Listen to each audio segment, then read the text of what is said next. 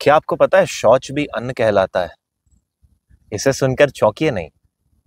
अन्न की जो डेफिनेशन है वो ये है, जो भूतों को रोक कर रखे, यानी कि जो हमारे प्राणों के रक्षण के लिए प्रयोग होता है वो अन्न है।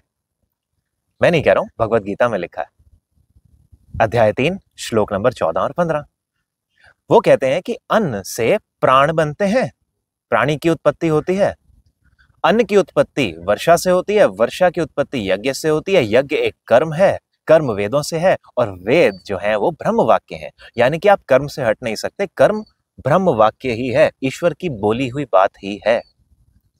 पर बात तो हम यहां अन्न की कर रहे हैं, तो मल अन्न कैसे हो गया? जो भी प्राणी जिसके लिए कुछ भी खाने को निहित है वो उसके लिए अन्न कहलाता है। जैसे मिट्टी का जीव मिट्टी खाकर जीता है, जो भी उसको न्यूट्रिशन है, माइक्रोब्स हैं, जो भी मिलेंगे वो उस मिट्टी खाने से मिलेंगे, तो वो उसके लिए अन्न है। इसी प्रकार कोई कार्निवोरस जानवर है, वो किसी जानवर को मार के जी रहा है, वो उसके लिए अन्न है। इंसानों के लिए अन्न अनाज है। इंसानों के लिए वैसे अन्न जो है वो मीट नहीं है। हाँ, अगर मैं एस्किमोज वगैरह की बात करूं जिनको वहां पर अनाज मिल ही नहीं सकता, कंदमूल मिल ही नहीं सकते, तो वो भी जानवर को हंट करके खाते हैं। ऐसा नहीं है कि वो बड़ी बड़ी फार्म्स लगाकर बैठे हैं और वहां पर जानवरों को मार रहे हैं अपने स्वाद के लिए।